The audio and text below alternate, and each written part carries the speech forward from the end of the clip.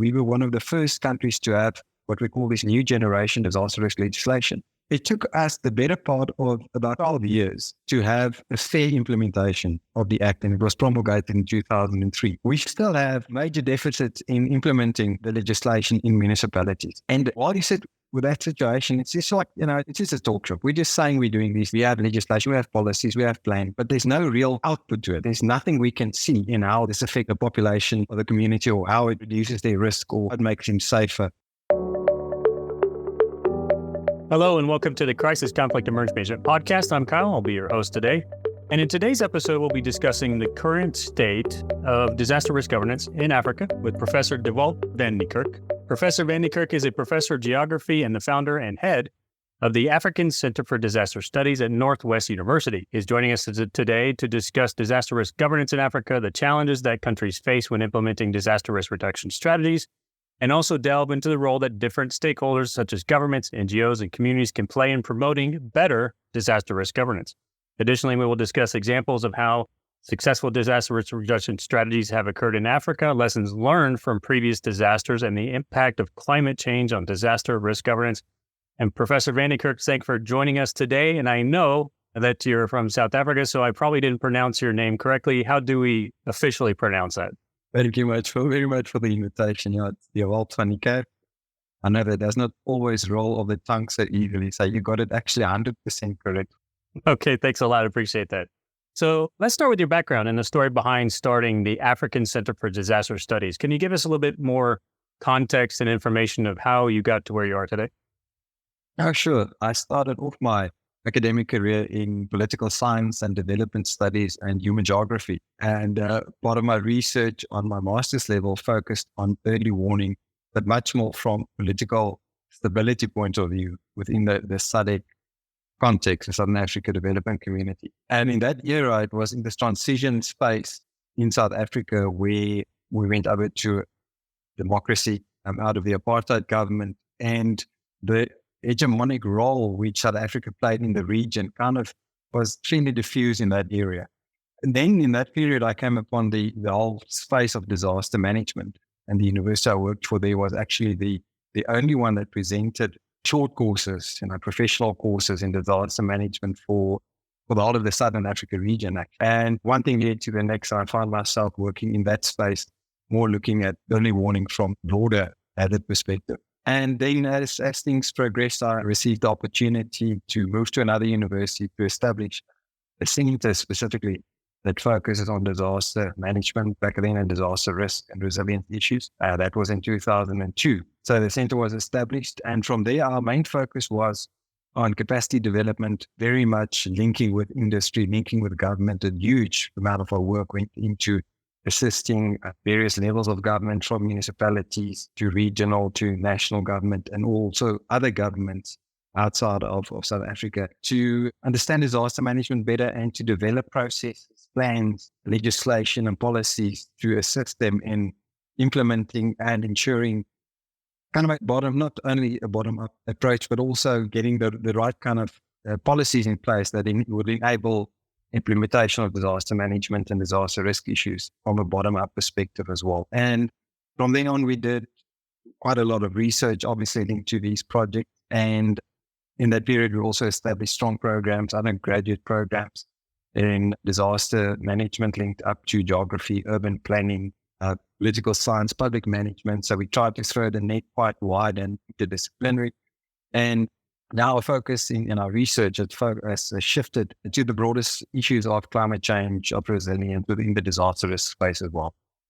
Well, thanks for that background. I know that there is quite a lot to unpack there in terms of discussions and the work that you're doing. But I think since you do have such an Africa focus naturally, it would be good for our listeners to sort of understand what are some of the common challenges that you have in Africa and South Africa and sort of in the regions that you're working in. And especially in terms of implementing disaster risk reduction strategies within the context and against the background of a changing climate, which is obviously going to be something that is going to impact Africa quite substantially. No, absolutely. What has happened in Africa from the disaster management, I would say probably from 20 years ago, received a bit more prominence from the previous 2 decades. The focus was very much, and it actually still is, unfortunately, but it's been very much focused around disaster response to events. So if you look at what has happened in many regions and in many countries, that focus kind of dominated a lot of the activities that went on, the budgets that was allocated. And disaster management per se, as it was understood back then, was much more time to implement this disaster management cycle thing, which I think our research have shown is not the right conceptual framework to use anymore. But there was also the cyclical thinking linked to disasters, in thinking that if we implement this cycle, we will be able to reduce disasters. And we know it hasn't happened. That thinking was fundamentally flawed. And countries have moved on in the past, largely linked to what is happening in the international community with the Yorba Framework for Action that came into being, with the prominence of climate change and the linkages of climate change and disaster risk reduction that was happening, and now with the Sendai framework as well. And what was heartening to see in this 2-decade process was that moreover, regional and continental institutions have taken ownership of disaster risk management issues. And you could see at a flow over effect into countries and what they were doing and how they were thinking about it, and the type of processes that was implemented. But it wasn't a process without many hiccups, and there's various reasons for this. But what we now see in Africa, that there's moreover countries having very good policies and legislation for disaster management from a national straight down to a local level. A lot of people with capacities and knowledge. And in the research and academic sector, there's moreover universities that understand this is the important component. So we see quite a lot of centers being established within other universities. And in the past 10 years, there's been a plethora of master's degrees, new master's degrees in various universities across the continent. And we've also seen a lot of networks being established between different universities to support each other and to help with research and student supervision and all those things. So it's really on a multi-level and multi-sector basis that it has exponentially grown. And we are still growing. Where we find ourselves currently is that there's a massive focus on obviously the implementation of the Sendai framework. Our governments are doing this. And then also very specific for the African continent, we have a program for action that we try to achieve, which runs concurrently. And it's kind of an add-on to the Sendai framework as well. So we really, like as I said, on this upward curve in trying to do a lot of things, but with quite a lot of issues linked to that as well.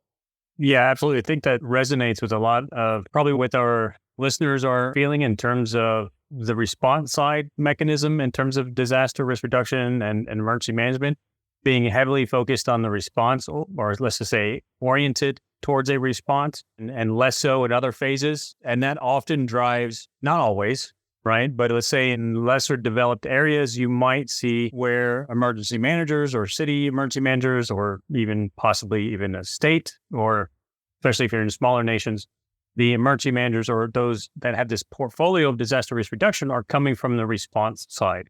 So the former fire chief, police chief, things like that. So it seemed to be an add-on to the response mechanism. But that has been slowly shifting over time, right? So things have matured more with Sendai Framework, with Hyogo, with all these other sort of pushes into societal resilience and what that means in terms of climate security and all these other dynamics coming up. But you mentioned something that I wanted to just dive into a little bit, because you mentioned that the research that you were doing or you have done has shown that this response framework in terms of these phases is not necessarily working anymore. Can you elaborate on that? Oh, yes, I can. We actually published, I think, 2 or 3 articles on this as well. The recent one came out a year or 2 ago. We did it with colleagues from Loughborough University in the UK. We have to take a few steps back and then understand where the cyclical approach to disaster management came from. And it's very much linked to the UN system, which tried to build capacity. And in that thinking of about 2-3 decades ago, and people kind of adopted this as a linear process of implementation without understanding that there's a bigger picture to it, without understanding and addressing the root causes of disasters and disaster risk.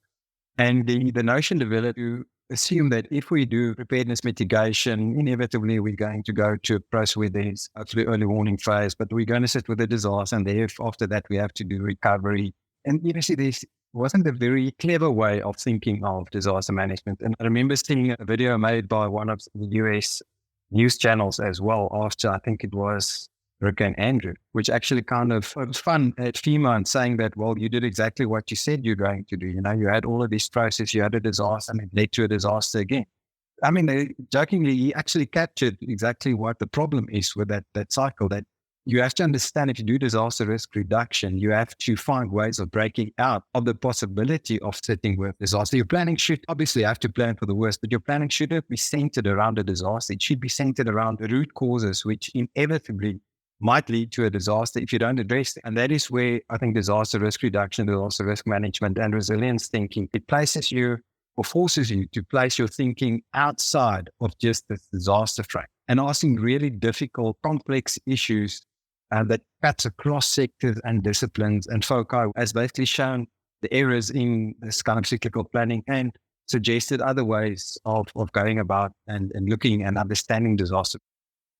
One of the conversations that we had recently was with a gentleman named Aaron Marks, who's a guest on the podcast, and we talked about governance and emergency management. And it was interesting in terms of trying to frame the governance problem within the context of emergency management and response, because we continue to make decisions just like what you're saying. We go through this disaster management cycle. We plan, we prepare, we respond, recover, mitigate, and we go through this over and over and over again, often with very much the same results without removing this risk as part of that equation and then trying to reduce overall impacts. Because at the end of the day, I'm just sort of giving a short synopsis here, but at the end of the day, it still has to be a governance decision on the implementation of new policies, financial sort of payments, the economic aspect, and changing the way that we live in our society. And that's going to be something that I think is really the future of where we're going, because it's not just this response cycle, recovery cycle anymore.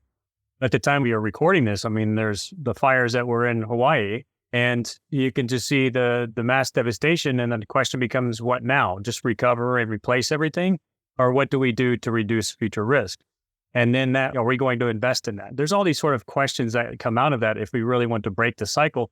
And so what was your research pointing towards as some things that community leaders can take a look at in terms of trying to break out of this cycle? I think that the main problem that we sit with is that, and you alluded to it previously, that there's, first of all, human resource component that does not necessarily have the skills and understanding of what they need to do. We see it very much in this African environment where, like I said, it's an add-on to people's normal day's work. And if you're a fire chief, that's what you have been trained to do, and that's where your focus will lie, will be in disaster response area. But I think that the bigger problem, and what we showed here, is that disaster risk must be understood as a multidisciplinary problem. It is not just the fire chief or the disaster management center's responsibility to address this. If we try to do this, we're back in the same cycle. The same people will try and solve the same problem with the same kind of solutions that's not working. It must be understood that this cuts across all sectors of government. If it's a government issue, it doesn't matter which sector you find yourself in, you have some kind of responsibility in disaster risk, and you have to share the risk and the responsibility of mitigating. And what our research point at is that we have to embark more on a process of risk-informed development. All of these, the vulnerability that we sit with in various communities, all the possibility of hazardous exploitation comes back to poor development decisions or the fact that development doesn't take place. So if we approach it from a risk-informed, it makes it much easier to fill the voids left by the risk that we set. And this is where you will have better urban spaces being planned, better infrastructure, better more resilient infrastructure, better understanding of community needs and how that can be addressed through limited budget application, taking into account that our development should not create risk. So there's various things, many things we can do. But if within our government structure, we don't realize that this is everyone's business, it becomes extremely difficult for one person to bang their drum and to address the issues. And just by saying that, we all know that most governments still focus in silos. And it's a constant, I think, battle to break down those silos, to break through the silos. And our research show it has happened.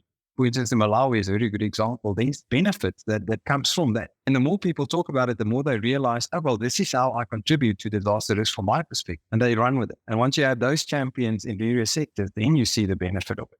Yeah, I couldn't agree more. That risk-informed development is going to be a key piece moving forward. And I think that needs to be focused on a lot more, especially if you're, I don't want to say fortunate, but maybe in an unfortunate situation of where you are working in an administration or a government and you have to rebuild your community. And so I think that's the opportune time to try and make significant changes. But when we talk about stakeholders, because we talk about this multi-domain aspect, we talk about different stakeholders, recognition by public, private, academia, communities as well. private sector in terms of maybe businesses, but also NGOs. How do they view their different roles in terms of promoting better disaster risk governance? And how has it been going in Africa? Yeah, it was a very interesting question. I mean, a lot of the disaster management, disaster risk management activities has actually been driven and funded by international organizations, whether it is humanitarian organizations or whether it is UN organizations. It's been kind of a, pushing the donkey uphill battle. And I understand why there's quite a lot of frustration within that sector as well. If you look at the amount of money that has been spent, I'm not only just talking about disaster risk issues, but obviously humanitarian and post-disaster recovery. A lot of money has gone into a black hole and it hasn't benefited the beneficiaries as we thought. And it left a space, the government's basically left a space for the humanitarian actors to fill. And they had to do this. If you look at the work of OCHA, of UN Habitat, funders like USAID, also DFID, they came in, GIZ, the Germans are doing quite a lot of work. And they realized if they don't fill the space, the investment in development are just going to go down the tube. So they had to intervene. So that's the one unfortunate aspect is that I think a lot of governments has now adopted this wait and see approach. Let a disaster occur. The international community will come in and assist us. We're going to do a lot of development through that process, so it doesn't go to our fiscus. And we'll just, kind of build the car as we drive it. So it's a nonsense perspective they have, and I'm saying it quite generally. It's not obviously everyone that has it, but we still see this happening. And I think that's where the reluctance come in to fund disaster risk projects and processes from a government perspective. I previously mentioned the plan of action. Now, we've done research in all 54 African Union states. And one of the questions that we ask is, how much do you actually fund locally? So what's a dollar amount that you fund locally for disaster risk projects? And the data that we receive is extremely poor or non-existent. I just don't know because the funding comes from outside. Now, there's kind of this discussion on, in the corridors here to say, what would happen if the international community just stopped funding for disaster reduction and asked governments to do that themselves? What would actually happen? And the answer would be shocking, that nothing, even we would be in a worse situation because people aren't switched onto that yet. But this must happen. Governments need to take responsibility and work that into their budget. And where that has happened, we see that things are going fine. And I think that is one of the key issues is we need to understand in this process who's the role players and who's supposed to be leading the whole disaster risk reduction environment. And unfortunately, it should not be the international community. It should be government on all levels that take this responsibility and carry it forward. But that's unfortunately, I think, one of those uphill battles that we will continue to fight in decades to come. If they don't see the immediate benefit within the very short political space where the politicians find themselves, they are not going to invest in this. Our politicians at local government level, I think in most cases, stick around for about 5 years. So their memory and their need to do anything is just a 5-year period. And they would rather spend money, if they do this, on direct development initiatives. Let's build houses, or let's ensure sanitation, or let's assist agriculture, and spending it on something quite abstract. And that's, I think, the kind of focus that we need to get to the politicians, that they understand, well, there's more to do than just normal development.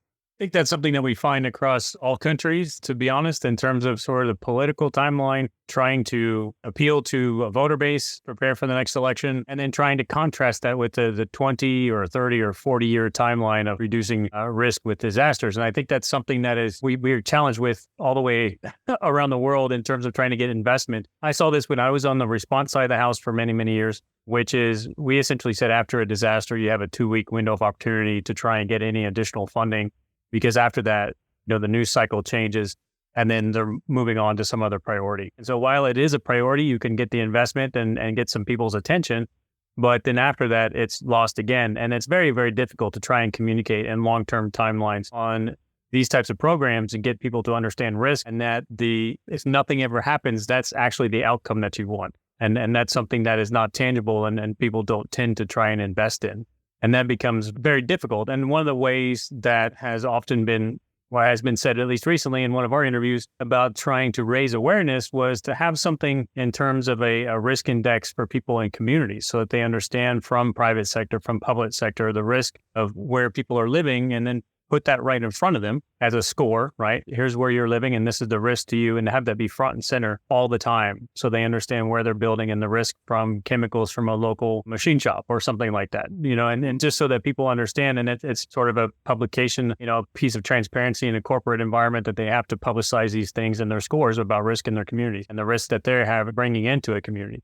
And so that's where I think that that's something that is interesting. But this is a long-term issue, and we haven't quite figured out, I don't think in many ways, how to resolve the issue of our timelines on disaster risk reduction versus competing political timeline. Has there been any discussions or any good initiatives that you've seen that have tried to address this issue?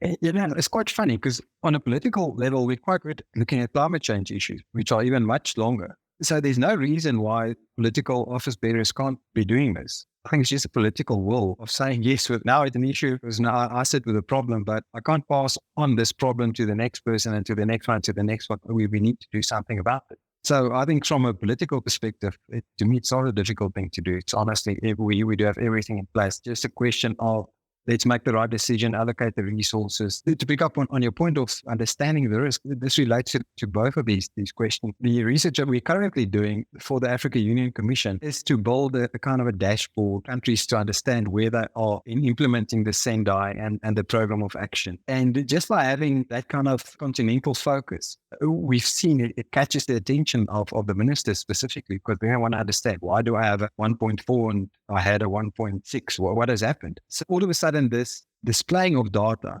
and the variable piques people's imagination, and they come, okay, now how do we get from a 2 to a 3? What should we do? And that's been proven to be quite effective. And from a ministerial perspective, we see that they are holding their subordinates accountable now to answer towards these goals, achieving the objectives of Sendai and of the plan of action. But that's just one component. It's fine to say, okay, we score, for instance, a 4 out of 5 because we have planning in place. But we have to interrogate what that means. Okay, you've got a national disaster management plan. What does it mean? How is it implemented at sub-national level, and how effective is it? And I don't think we've in the position yet to answer those type of questions. And then you also have issue of subnational politicians that also needs to fall in line for their communities, whether it's on a regional or whether it's on a municipal or local basis. And they need to be educated and also understand within these limited time frames what the right decisions to be made. But like I said, I think it's absolutely possible. It's just getting the right process in place and let that run. No, I think that's a fantastic point. If we're having these conversations around climate security and climate change and other long-term impacts, then we should easily have the same conversation about overall disaster risk reduction platforms. I mean, you're absolutely right in that regard. I completely agree with that. And so let's discuss that a little bit in terms of the impact of climate change on disaster risk governance in Africa. And what are some of the work that you're doing at your center, and what are some of the practical or tangible things that you're seeing come as actions from the different institutions or civil society or government? We've put out the message that disaster risk reduction and climate change are two sides of the same coin. And that's something that we've been pushing quite a lot in the past 10, 15 years. A lot that we need to do to achieve or address climate change issues and adaptation reduces disaster risk. I think we all agree to that argument. You can get the policymakers and the planners to understand this. You get synergy in planning, and you get a lot of mitigation and disaster risk reduction that has happened. So we speak to governments, and where we do projects, we try to always address both of these issues. You can't just focus on the one and then leave it, and then you go on to the next. These things are so intertwined and integrated that you need to be thinking of both.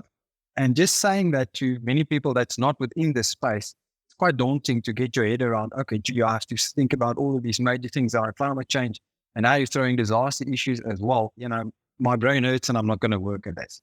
So what we found that is a very nice equalizer, or kind of a level the playing field, is not to necessarily throw disaster risk and climate change issues to politicians and your planners, but to have it more around the discussion of resilience and development, because people understand that.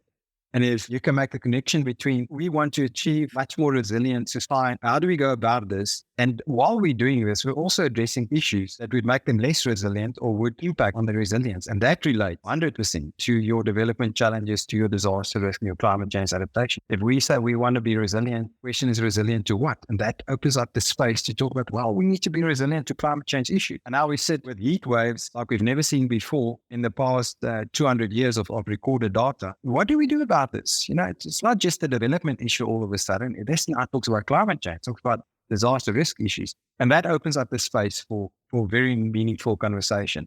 So our work has kind of shifted a bit. We've got this hidden agenda of obviously we want to address disaster risk issues, but we frame it much more subtly within the resilience context. And what our research also have been doing is to try and do our analysis around complex systems and complex adaptive systems, much more on a higher level if you're working with planners or technicians within government. And they understand that again. They understand the complexity of systems and the constraints of it and the benefit of using such an analysis. So all of a sudden you open up spaces for conversation that you never had or that would have been closed if you throw these loaded terms of climate change, adaptation, and disaster risk reduction to people. And that has so far shown to be quite effective.